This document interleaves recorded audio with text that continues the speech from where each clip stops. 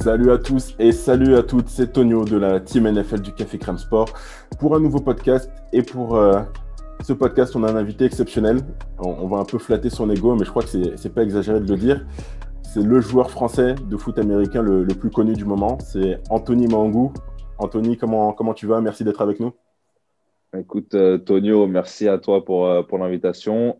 Bonjour à toutes et à tous. Et wow, c'est un honneur d'entendre ça, hein. Je ne sais pas si je mérite tout ça, mais bon, en tout cas, c'est très gentil, c'est très gentil. Bah, écoute, tu es le Français qui a touché le plus récemment du doigt le rêve de la NFL. Donc, je pense que ce statut, tu le mérites jusqu'à ce que quelqu'un te surpasse. Mais en tout cas, pour l'instant, tu es là. Donc, encore une fois, merci d'être avec nous. Alors, avec toi, on va aborder plusieurs choses. On va commencer d'abord par ton rôle de consultant à la chaîne L'équipe. Alors, pour ceux qui suivent le foot US, ils le savent, hein, depuis le début de la saison, c'est la chaîne L'équipe qui accompagne beIN Sport pour la diffusion du foot américain et de la NFL en France. Donc, c'est nouveau et cette fois, c'est en clair. Et toi, Anthony, tu joues le rôle de consultant. C'est une première pour toi? C'est ça, c'est vraiment une première dans le sens où je le fais sur toute une saison. Lorsque j'étais revenu de Philadelphie, j'avais été invité par RMC Sport pour la finale universitaire qui avait lieu entre Alabama et Clemson. Mais c'est vrai que c'est la première fois où vraiment on me fait confiance et on me donne la responsabilité de l'aide sur l'ensemble de la saison. Et c'était un projet que j'affectionne beaucoup parce que ça aide au développement du football américain en France. Et ça, c'est ma mission depuis que je suis parti aux États-Unis, tu vois. Et, Et, co- euh, et jusqu'à présent, ça se passe très bien. et comment ça s'est fait justement? Comment ils t'ont contacté, l'équipe, pour que tu prennes ce rôle? Bah écoute, hein, ils m'ont contacté sur les réseaux, vraiment fin août, il me semble. Voilà, au début, c'était juste pour discuter d'un projet, etc. Et j'ai eu l'un des rédacteurs en chef au téléphone. On a discuté, c'était encore à ce moment confidentiel. Et il m'a fait part du projet et surtout de ce qu'il attendait de la part du consultant de l'équipe.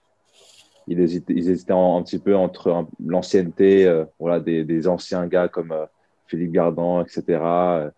Et un esprit un peu plus jeune. Et voilà, je les ai rencontrés, etc. On a bien discuté. Et puis, je pense qu'il y a eu un bon feeling. Et voilà, jusqu'à présent, en tout cas, ils ne se sont pas plaints. Donc, ça fait plaisir. Yes. Et toi, de ton côté, tu as tout de suite sauté sur l'occasion ou tu as réfléchi un petit peu, tu as hésité? Non, je n'ai pas hésité du tout. Je n'ai pas hésité du tout parce que c'était pas prévu que je sois en France en 2020. Et voilà, moi, d'habitude, je coach au Flash, en équipe Île-de-France jeune, etc. Je suis toujours un petit peu dans le monde du foot, tu vois, en plus de mes entraînements. Mais c'est vrai que je recherchais un petit peu quelque chose qui pouvait m'apporter un peu plus de, euh, de sensation un peu d'épanouissement, j'ai envie de dire. Et surtout, j'étais curieux d'observer de nouvelles choses. Attends, désolé. Alors, pour ceux qui ne regardent pas la vidéo sur YouTube, je vais expliquer à ceux qui écoutent l'audio. Anthony est en train de recevoir un appel pour la livraison de sa nourriture. Crise sanitaire oblige, donc il ne peut pas aller, il peut pas aller au restaurant. Et là, il se fait livrer sa nourriture chez lui. Je tiens à dire que j'avais prévenu tout ça. Attendez, Exactement. laissez-moi juste reconnecter mes écouteurs. Vas-y, c'est bon. On t'a retrouvé, C'est bon. Anthony. Ouais, c'est bon, nickel. Ah, c'est bon, c'est bon, c'est bon, c'est bon. Ouais. Par contre, maintenant, tu es obligé Non, d'expliquer ce que donc, tu as commandé, hein. ok, on va pas se mentir, les gars. On va pas se mentir. Bouchée aux crevettes, poulet caramélisé, nouilles aux légumes et jus de litchi. Ok, bon, Ça ça va? va, c'est pas trop gras. Ah, c'est pas le tacos que beaucoup de mes gars commandent, hein. On va pas citer non. Ok, ça marche. Alors, en tout cas, pour terminer ce que je disais, euh, voilà, j'étais vraiment dans une phase où, pour patienter jusqu'à la prochaine saison de football, je cherchais quelque chose quelque chose de nouveau, en fait, quelque chose qui pourrait euh, m'aider dans le futur, peut-être découvrir une nouvelle voie. Et c'est vrai que cette opportunité est un peu tombée du ciel. Et non, du coup, j'ai pas hésité une seule seconde. c'est parce que ça va exactement dans ce projet que j'ai, encore une fois, d'aider au développement du football américain. Donc, même si ça veut dire mettre une autre casquette, bah, voilà, c'est un challenge de plus, tout simplement. On s'approche de la fin de la saison. Là, je pense que tu peux faire déjà un premier petit bilan. Comment tu l'as vécu cette première saison en tant que consultant télé? Bah alors, honnêtement, c'est marrant de dire ça, mais je m'étais jamais posé la question de est-ce que ça va être dur? Je me pose pas, je me pose jamais ce genre de questions.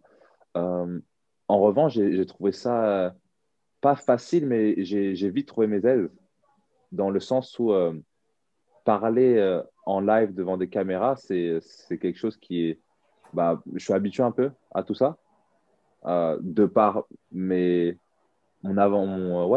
expérience en tant qu'athlète. En fait, j'ai eu l'occasion de dealer avec ça. Et en fait, en termes de devoir, tout le travail de recherche que je pense, en tout cas, fait un consultant, bah, c'est quelque chose que moi, je faisais déjà de base parce que j'aime tellement le foot que j'aime étudier tout ce qui se passe. Et en fait, comme je suis toujours à la recherche, moi, de m'améliorer en tant que joueur, euh, de base, bah, je vais regarder tout ce que les receveurs vont faire, comment les defensive backs vont jouer, comment les linebackers, enfin, tu vois, tout ce qui est défense, je vais un peu essayer de voir comment ils jouent en fonction de telle formation, telle formation. Et en fait, c'est juste que, encore une fois, c'est un travail que je faisais déjà de base en tant que joueur. Et du coup, ouais, ces devoirs-là, en fait, encore une fois, c'est quelque chose que je faisais déjà. C'est quelque chose que maintenant, enfin, ça m'amuse de le faire. J'ai un vrai plaisir à regarder tout ça. Et du coup, maintenant, j'ai l'occasion de commenter ça comme si c'est comme si j'étais à la maison, en fait. Dans le sens où il me donne vraiment énormément de liberté. Je suis accompagné de Peter Anderson, qui est du coup le commentateur qui a eu beaucoup d'expérience avec Bean, notamment. Il est très habitué à ce qui est basketball et football américain. Et vraiment, on me donne toutes les facilités, en fait. Et du coup, non, franchement, comme première saison, comme on dit, ça passe crème. Ok. C'est passé crème. Ça passe café crème sport même pour faire le petit lien avec notre site. Parler, Exactement, c'était le petit clin d'œil. C'était le petit clin d'œil. tout est calculé dans cette interview. Tu as évoqué le nom de Peter Anderson, justement. Comment s'est passée l'alchimie avec lui? C'est un peu comme une mini-équipe de foot, hein. Tu dois trouver des automatismes, tu dois savoir quand parler, tout ça. Comment vous l'avez géré? Écoute, c'est clairement ça. Moi, je lui dis, c'est mon coéquipier. C'est pas mon collègue. C'est vraiment comme tu as dit, comme une équipe de foot, c'est mon coéquipier. Et bah, écoute, c'est un peu comme si c'était mon quarterback. C'est un peu comme si c'était mon quarterback dans le sens où c'est lui qui lead. C'est lui qui, euh, qui enclenche le fil conducteur. Et moi, en fait, je m'adapte. Et il se trouve que bah, toute ma vie, en fait, ça a été de m'adapter. Et encore une fois, je pense que c'est là où bah, je me suis rendu compte que c'était relativement facile pour moi parce que j'ai cette capacité d'adaptation, justement, et d'ajustement.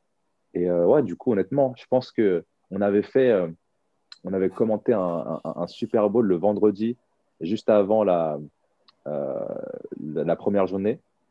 Et là, pour le coup, c'était un peu compliqué parce que c'était la première fois, du coup, que je voyais comment on devait travailler ensemble. Mais après ce match d'essai, la première journée s'est passée comme dans du beurre, en fait, tu vois. Mhm. Et, et voilà, il fait un excellent job. J'ai très, très vite compris comment il fonctionnait, à quel moment je devais parler, à peu près le temps de parole que j'ai pour pas gâcher les actions que lui devait commenter par la suite. Et voilà, non, c'est vraiment quelque chose qui s'est fait très, très naturellement et je pense qu'on a une très, très bonne alchimie. Est-ce que quand même il y a des moments ou des petits instants que tu as trouvé plus difficiles, où tu as dû peut-être improviser sur l'instant? Comment ça s'est passé? Est-ce que tu as des petites anecdotes à raconter de difficultés ou au contraire, comme tu le dis, c'est passé crème, c'est passé comme dans du beurre? Non, il y a toujours des petits moments. Il y a des petits moments où tu sais pas pourquoi tu commences à bégayer. Tu vois, t'as- tu sais ce que tu veux dire, mais d'un coup, tu commences ta phrase et hop, tu sais plus ce que tu voulais dire, tu Ouais. vois. Là, tu dis, ah bon, je suis un peu en live, faudrait peut-être faudrait pas que je retrouve les pieds sur terre. Non, après, à part ces petits bégaiements, laisse-moi réfléchir un petit peu. Euh, non, je te cache pas, non, il n'y a pas eu de moments un peu coriaces comme ça. Ouais, Enfin, si j'en avais, je t'aurais lâché une petite anecdote là, mais c'est peut-être le début d'une vocation, du coup, si ça te plaît, il y a peu de temps de difficulté que ça. je sais pas si c'est le début d'une vocation. Ça, c'est clairement quelque chose que je kiffe faire. Ça, c'est clair et net. Pour le coup, j'avais jamais pensé à cette voie post, post-carrière en tant qu'athlète parce que tout simplement, je pensais pas que le football américain en France, il était allait se développer jusqu'à ce que des gens décident de regarder ça sur leur télé. Euh, Encore une fois, en France, généralement, on considère ce sport comme un sport un peu trop exotique où les gens ne comprennent pas les règles, du coup, ça les effraie un petit peu, etc.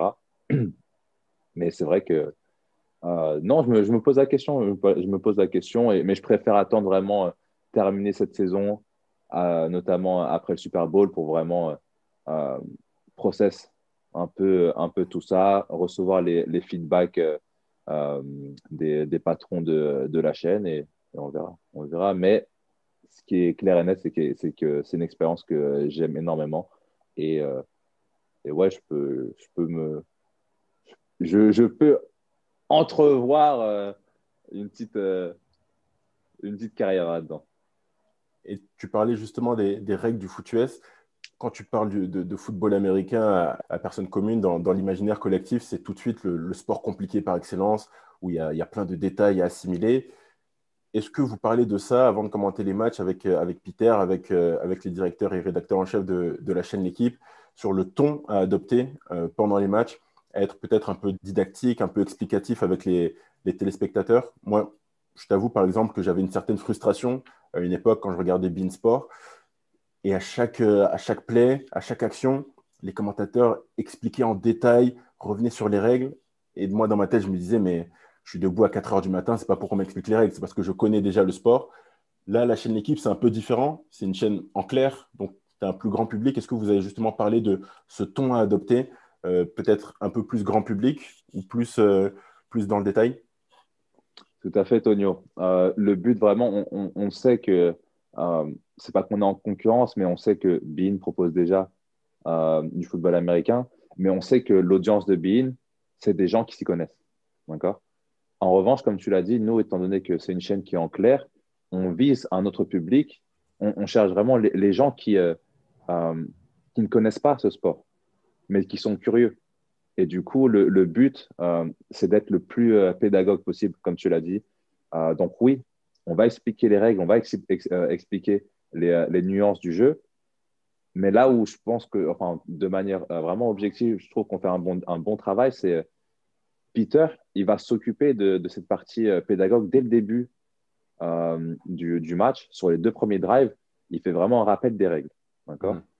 Et ensuite, on ne sait pas qu'on n'en parle plus, mais on va peut-être mettre un peu d'emphase sur ouais, l'importance des troisièmes tentatives, euh, toujours rappeler cette fameuse ligne jaune, la ligne bleue qui est la ligne de scrimmage d'où la balle part, et la ligne jaune euh, qui illustre les 10 yards qui sont à parcourir pour à nouveau gagner des séries.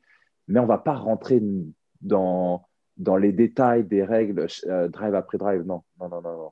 Mais en revanche, oui, c'est clair et net que notre audience, notre public, c'est des gens qui ne s'y connaissent pas parce tout simplement, on pense que ceux qui s'y connaissent préféraient peut-être regarder sur Bein, etc. Mais voilà, mais je pense que quand même, on a trouvé le bon équilibre entre être assez pédagogique et explicatif pour les nouveaux.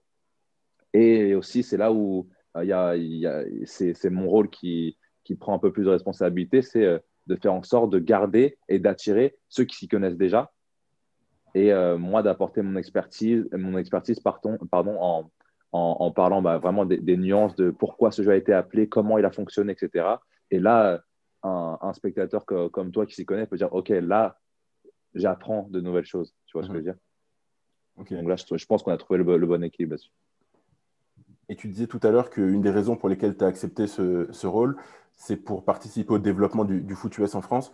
J'imagine que donc à long terme, ou peut-être même à plus court terme, à toi de me le dire, l'objectif, ce serait qu'il n'y ait plus besoin justement de faire cette démarche pédagogue avant la diffusion d'un match de foot US, que la plupart des gens qui appuient sur la télécommande, qui mettent la chaîne, connaissent les règles, c'est bien ça? Alors ça, vraiment, honnêtement, Tonio, c'est un objectif qui est à long terme.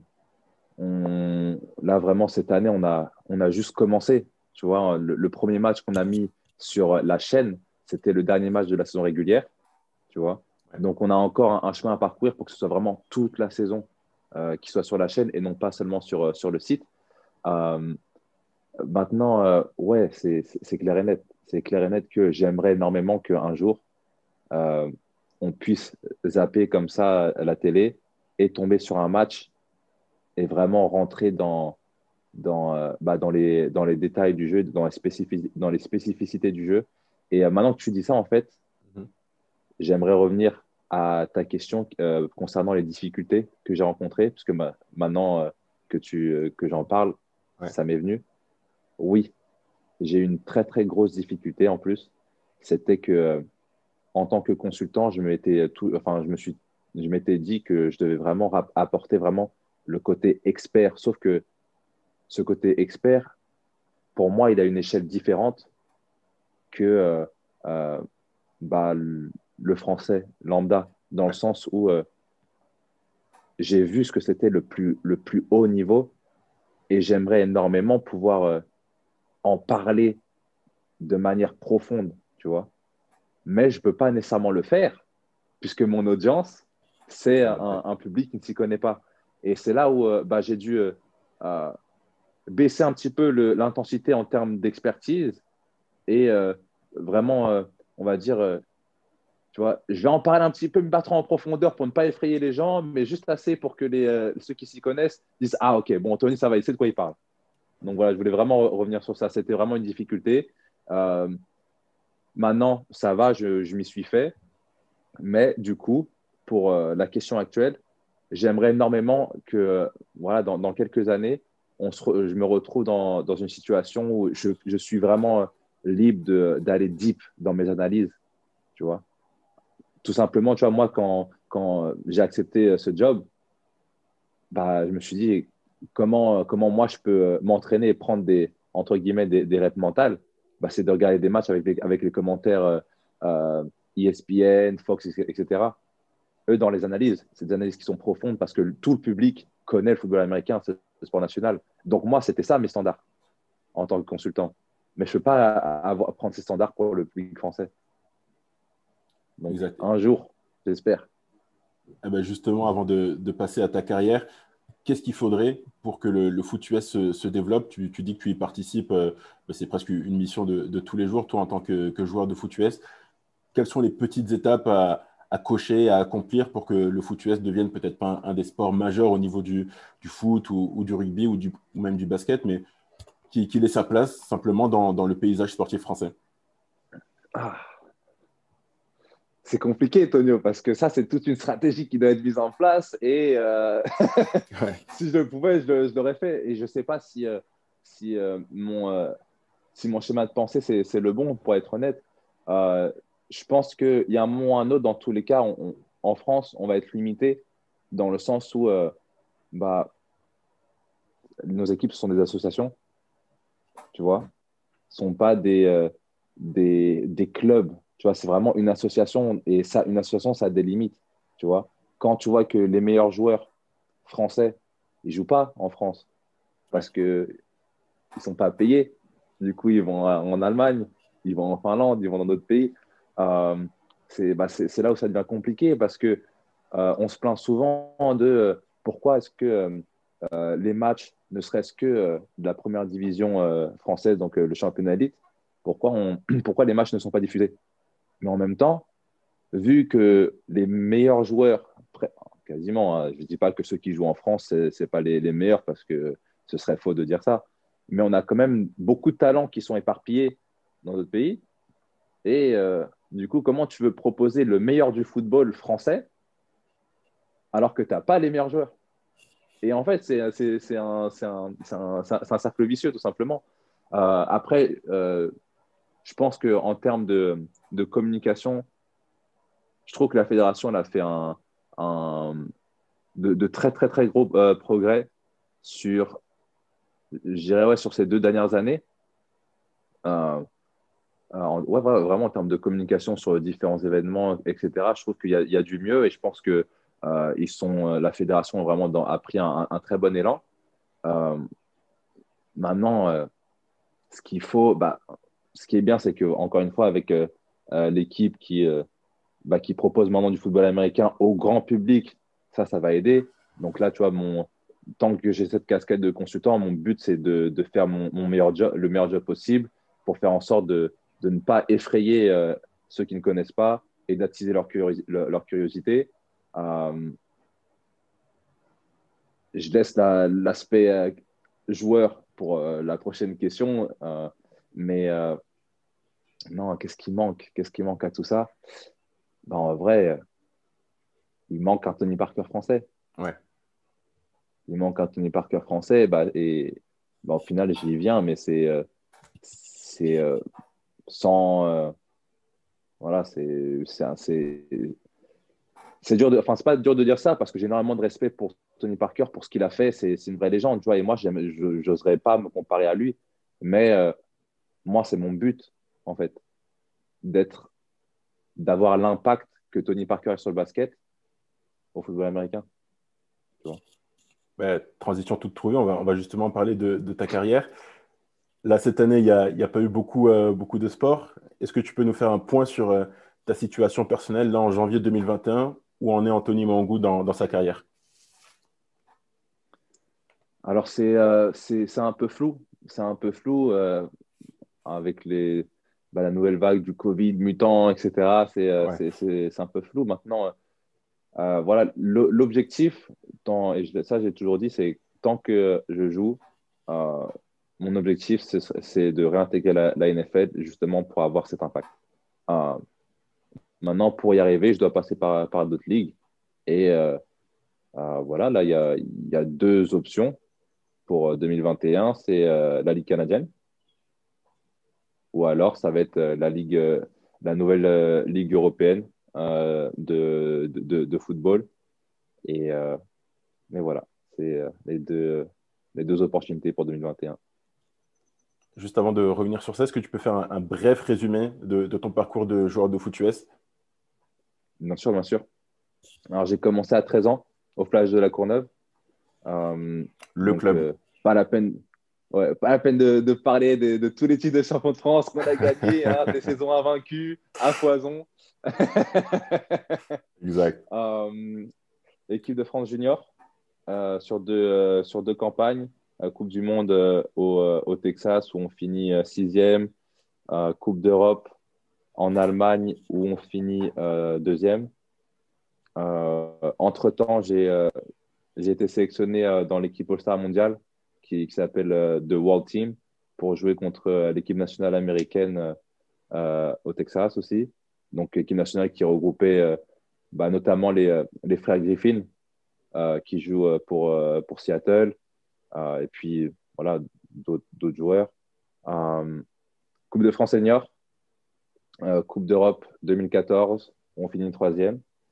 Et puis ensuite, je m'envole aux États-Unis dans un JUCO qui s'appelle West Hills College, près de Fresno, en Californie. J'y fais un semestre, donc une saison. Vraiment, je réussis à tout péter et je réussis à dégoter quelques bourses de première division, notamment celle de Purdue University qui joue dans l'Indiana, dans la conférence Big Ten. Du coup, j'y passe 3 ans. Euh, 2 années en tant que remplaçant, dernière année en tant que titulaire, et je finis sur les chapeaux de roue avec une victoire au Foster Farm Bowl contre Arizona. Et ensuite, en mai 2018, je signe avec les Eagles de Philadelphie, qui sont à l'époque les champions en titre. Et voilà, je fais tout ce qui est OTAs, training camp et pré-saison avec eux. Et ensuite, je suis cuté et je passe du côté de Francfort en première division allemande. Et ensuite, voilà, j'étais projeté pour la draft CFL en 2020, qui a été annulée, tout comme la saison due au Covid. Et voilà, je continue à m'entraîner très, très dur. Voilà. Ok, sur ton expérience avec les Eagles, qui est celle que j'imagine qui va attirer l'attention et qui va intéresser le plus nos auditeurs, qu'est-ce qui t'a manqué pour intégrer les 53 finaux, l'effectif final pour aborder la saison? Est-ce que tu as des points d'emphase, de progression que tu as soulignés ou que t'ont d'ailleurs indiqué peut-être les coachs là-bas sur lesquels tu as travaillé depuis? Bien sûr, c'était notamment, j'ai toujours été un bon coureur de tracé, un bon route runner, euh, mais bon, c'est pas assez. Bon, c'est pas assez. Il faut être très, très bon, surtout quand tu as un receveur qui a mon physique très, très long, en soi, en termes de catch et de euh, playmaking ability. Tu vois, quand tu es en scout et que tu joues contre la défense numéro 1, qui est celle qui a gagné le Super Bowl l'année d'avant, et que tu fais des gros jeux, les coachs, ils savent que tu es capable de faire des gros jeux. Mais voilà, ça, c'était vraiment le point à améliorer. Maintenant, qu'est-ce qui m'a manqué? En vrai, c'est des opportunités. Euh, parce que, en gros, à l'entraînement, évidemment, tu,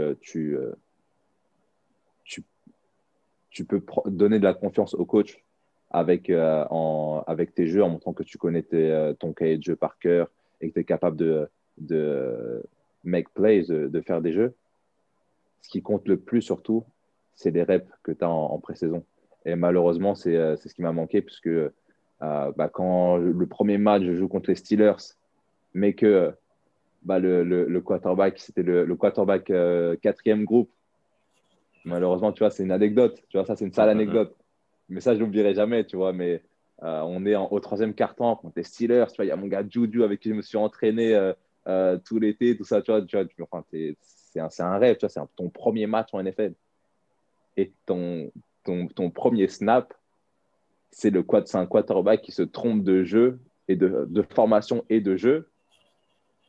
Et du coup, c'est toute l'équipe, tu vois, toutes les squads de receveurs quatrième groupe et lui qui sont punis dans le sens où vous connaissez pas vos jeux, maintenant vous n'allez pas jouer jusqu'à la fin du quatrième carton. Ouais. Alors que tu es au troisième carton et que c'est à ton tour, tu vois. Sauf que après, tu vois, tu es puni dans l'immédiat et le lendemain, tu as le coach qui dit ouais, bon, j'ai parlé avec le QB, c'est lui qui avait merdé. D'accord, mais frère, moi j'ai manqué mon opportunité là. Tu vois ce que je veux dire? Donc non, c'est vraiment voilà les opportunités en pré-saison, c'est dur. C'est dur parce que tu as des vétérans qui essaient encore d'obtenir leur place. Euh, voilà, honnêtement, ça, c'est vraiment un facteur que tu ne contrôles pas, tout simplement. Tu ne peux pas contrôler. Tout ce que tu peux contrôler, c'est tes efforts, connaître le cahier de jeu. Et ça, tu vois, c'est un truc sur lequel j'ai pas de regret. Tu vois, parce que je sais que si j'étais pas sur le terrain dans les facilités, j'étais à l'hôtel à réviser mon cahier de jeu, tu vois ce que je veux dire. Donc là, il n'y a pas de regret, j'ai beaucoup appris. Euh, et voilà, c'est un truc que je veux revivre, tu vois. J'ai, c'est comme si tu arrives chez toi, tu sens l'odeur d'un bon plat, mais que tu n'as pas pu manger. C'est ça, là, c'est comme ça que je vois les choses, tu vois. Et j'ai faim, mon pote. Et Tu t'as vois, j'ai faim. faim. Il faut que je mange. Il faut que tu manges. Et justement, j'ai envie de te parler de la densité du poste de receveur en NFL. Là, ça fait 3 ans que chaque année, quasiment, on se dit c'est la meilleure classe de draft au poste de receveur. Ça n'arrête pas d'arriver, ça n'arrête pas d'arriver. Cette année encore, il y a Jamar Chase et Devante Smith qui Jamar arrivent. Chase, Devontae Smith, mon pote. Et ouais, les deux numéro un. Exactement. Bon, il y a Chris Olave qui lui retourne à l'université. C'est peut-être une place en plus à saisir pour un joueur comme toi. Mais avec cette densité au poste de receveur, est-ce que toi, tu as envisagé à n'importe quel moment peut-être de changer de poste pour intégrer la NFL au vu de la difficulté que ça peut présenter? Franchement, jamais. Jamais. Pourtant, receveur, honnêtement, c'est pas le premier poste que j'ai voulu faire quand j'ai commencé le football. Moi, quand j'ai commencé le football, je voulais être free safety. Je Ok. voulais être defensive back, tu vois, mes joueurs préférés, c'était Brian Dawkins, Ed Reed, tu vois.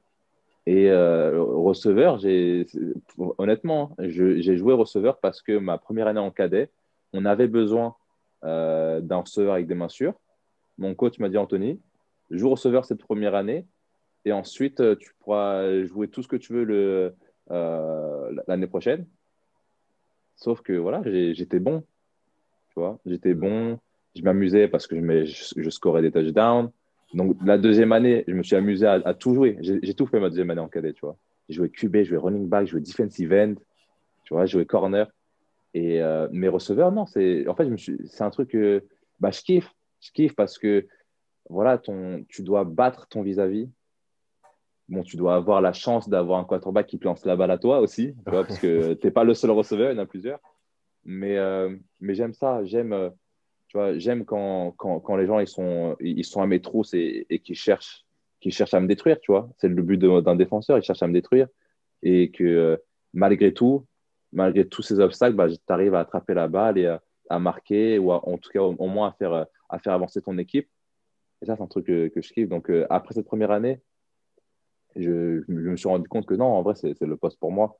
Donc, à partir du moment où voilà, tu as été doté de certains gènes, tu vois, moi, j'ai pas demandé à être aussi grand, aussi athlétique, mais tu vois, c'est comme ça.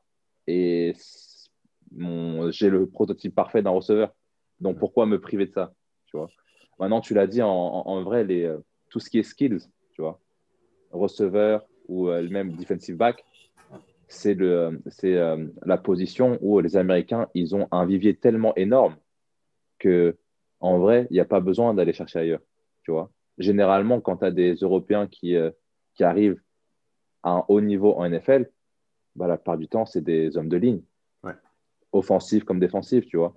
Et je sais déjà que mon parcours, il est compliqué parce que même s'il y a de très bons, je dis en janvier, il y a de très bons athlètes, très bons skills players en Europe, tu vois. Mais il y en a tellement aux États-Unis que c'est plus difficile pour un skills d'aller en première division universitaire ou d'aller en NFL qu'un homme de ligne. Ça, c'est la vérité, tu vois. Mais du coup, quel autre poste je pourrais jouer, Tonio? C'est ce que je veux dire. Ouais. Quel autre poste je pourrais jouer? J'allais dire Là, peut-être tu mets tu fais tackle, 1 c'est cuit. tu fais 1m90, je sais pas, peut-être si tu prends un peu de poids, tu peux te déplacer en Titan. Non, ça t'intéresse pas? Je dirais pas que ça m'intéresse pas. Parce qu'en vrai, moi, ce que j'aime, c'est être sur le terrain, tu vois.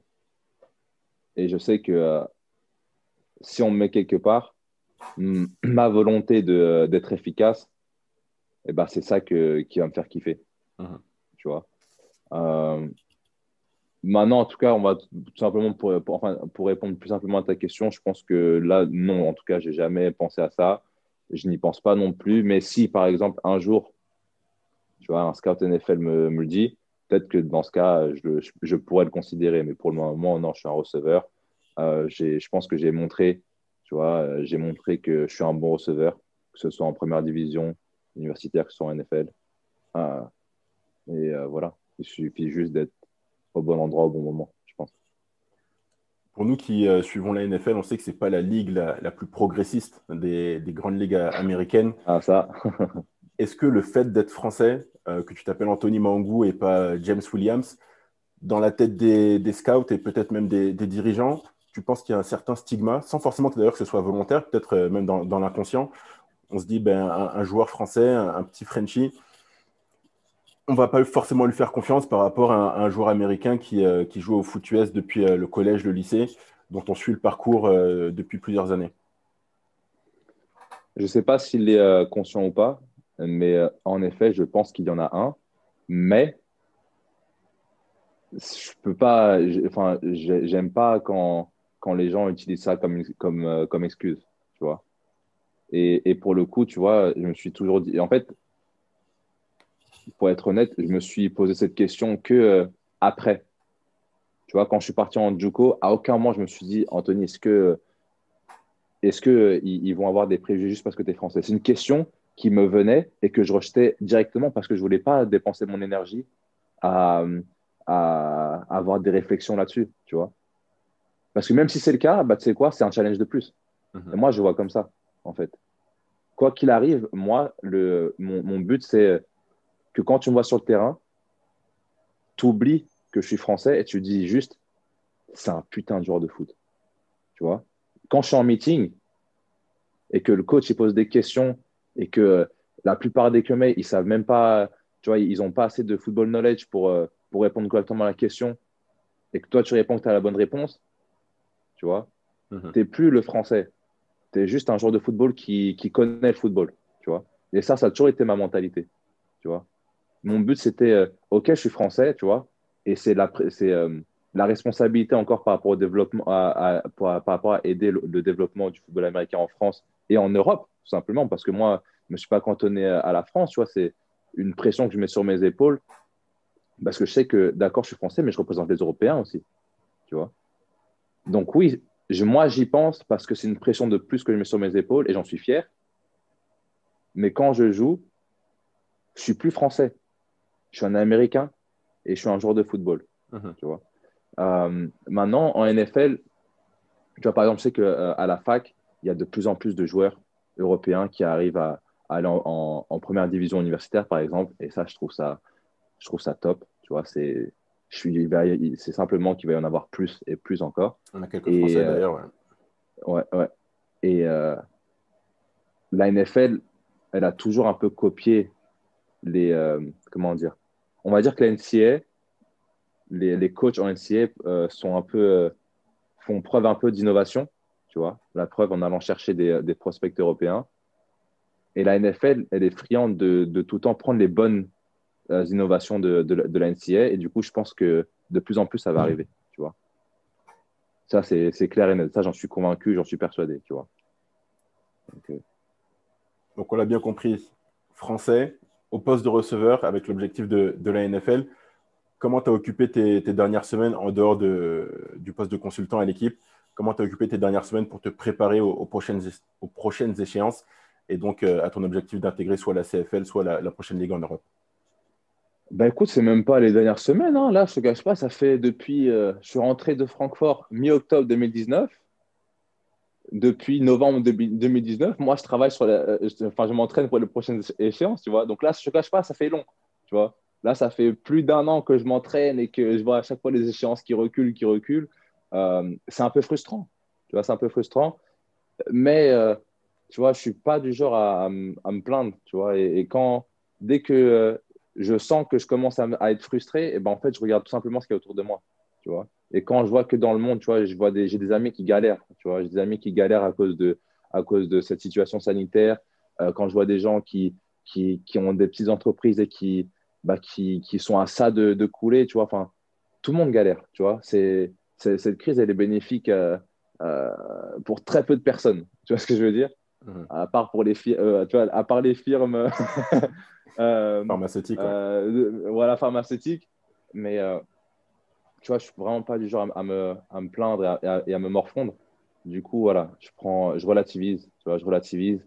Encore une fois, je pense que ce qui m'aide beaucoup, c'était cette opportunité en tant que consultant.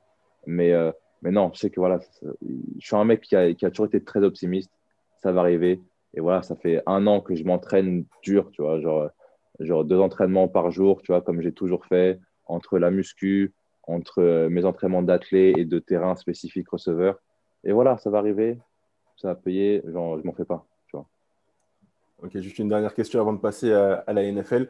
Concrètement, quelle est la prochaine grosse date pour toi? Quand est-ce que tu vas prendre ta décision de savoir quel chemin emprunter pour ta carrière? Oh, pour être honnête, la décision, elle est déjà prise, mais elle sera officielle je pense dans quelques semaines. Dans Ok, quelques semaines, ouais. Et, euh, et après, dans tous les cas, que ce soit l'un ou l'autre, le départ, il est prévu pour mai. Ouais, donc voilà. ok. Eh ben, on tâchera de relayer l'information quand tu la dévoileras. C'est gentil, Tony. Pas de souci. On va passer sur une partie un peu plus fun sur donc la NFL, les deux matchs qui nous attendent ce week-end, les finales de conférence. D'abord, une petite question que j'ai envie de te poser, qu'on s'était posée, nous, avec les compères de la rédaction du Café Crème Sport dans notre podcast. Est-ce que là, finalement, les quatre dernières équipes qui restent, ce ne sont pas les meilleures de la saison? On sait qu'en NFL, des fois, comme c'est un match à élimination directe, ben, la meilleure équipe peut se faire sortir dès le premier tour, dès le deuxième tour.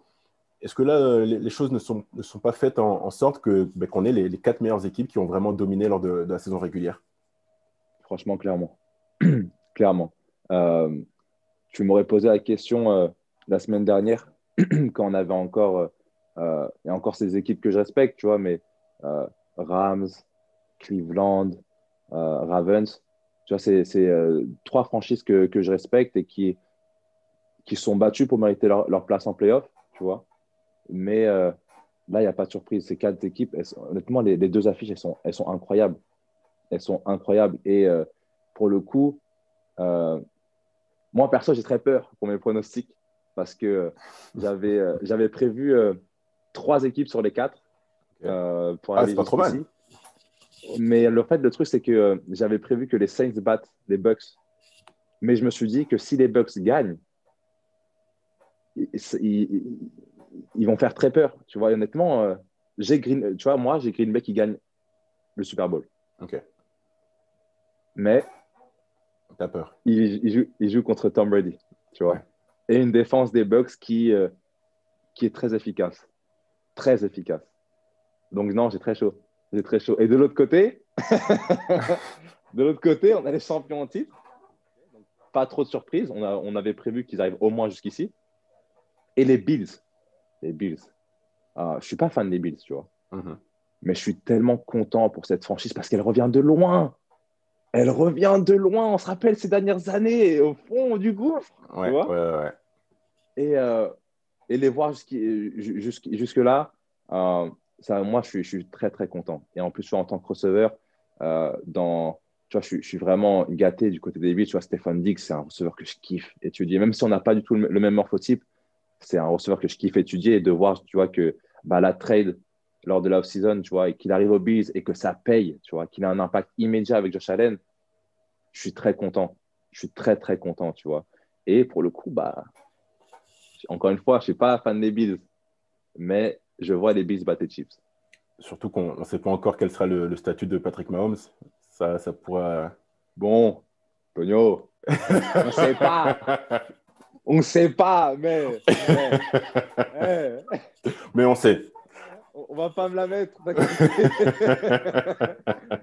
C'est l'égérie de la ligue. La ligue, tu vois. Je vais te dire un truc, je vais te dire un truc. Évidemment, bon, déjà, il me semble que c'est pas réellement une commotion qu'il a eu. Il me semble que c'est plus un nerf qu'il avait euh, au niveau de ses cervicales, il me semble. C'est ça.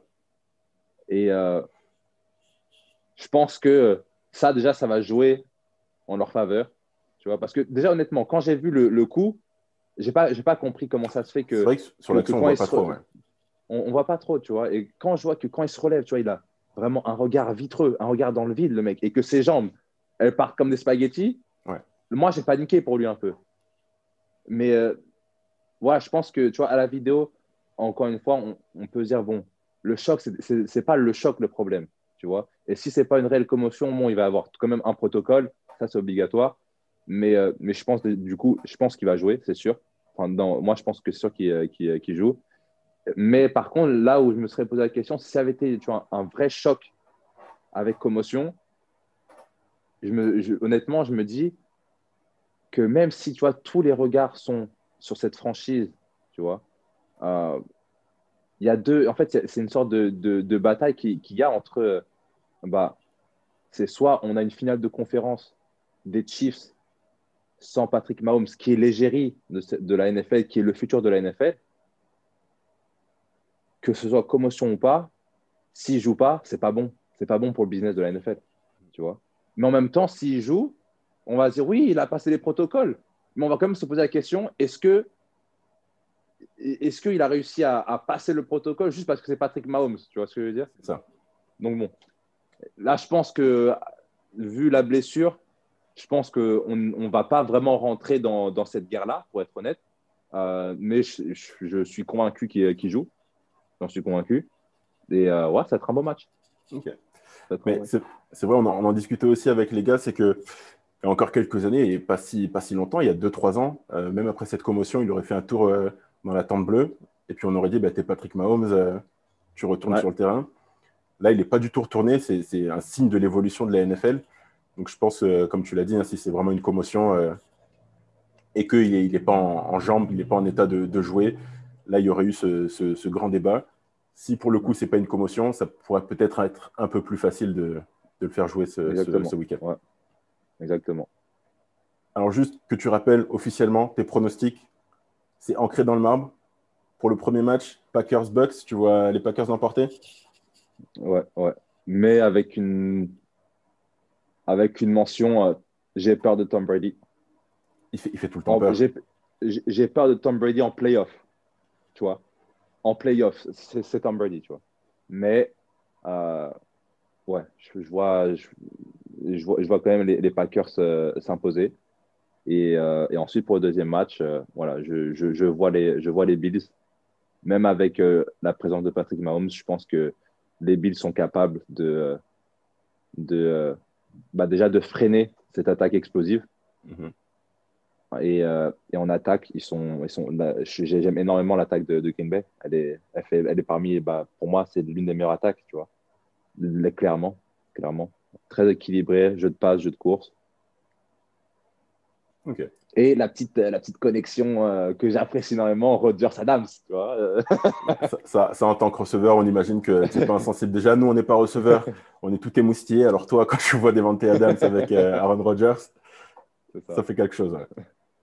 Alors, juste, je ne vais pas te laisser sortir comme ça. Il faut que tu te fasses allumer par un camp ou par l'autre. Si tu dois choisir Aaron Rodgers ou Tom Brady, tu choisis lequel?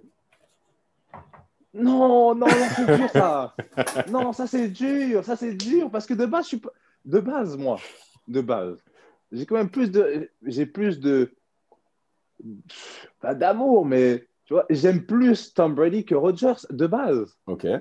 Mais là, j'ai ma casquette de consultant. Ah. Rodgers. Belle parade. Rodgers, ça va être le MVP. Yo. Tu peux pas choisir. Tu peux pas choisir parce que tu es consultant. Bien joué.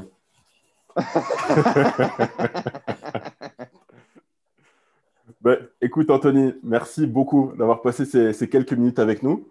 Bon courage pour ce week-end, parce que du coup, vous diffusez les 2 matchs, donc ça va être un petit marathon. Et surtout, bon courage pour la suite de ta carrière et les prochaines échéances qui arrivent à grands pas et très, très vite. C'est gentil, merci beaucoup. Sache en tout cas que je vois de temps en temps le taf que vous faites. Et bravo à vous. Et en tout cas, c'était un plaisir de participer à ça avec toi. Écoute, merci beaucoup. Juste un petit mot pour les auditeurs. Donc, l'interview sera retrouvée en podcast, en audio sur notre site internet cafecramsport.com et également en vidéo sur YouTube. Donc, n'hésitez pas à la regarder, à la re-regarder. Elle n'ira nulle part. Anthony Mangou qui nous a fait le plaisir et l'amitié d'être avec nous. Encore une fois, merci. Zidane, but de Zinedine Zidane, une inspiration extraordinaire.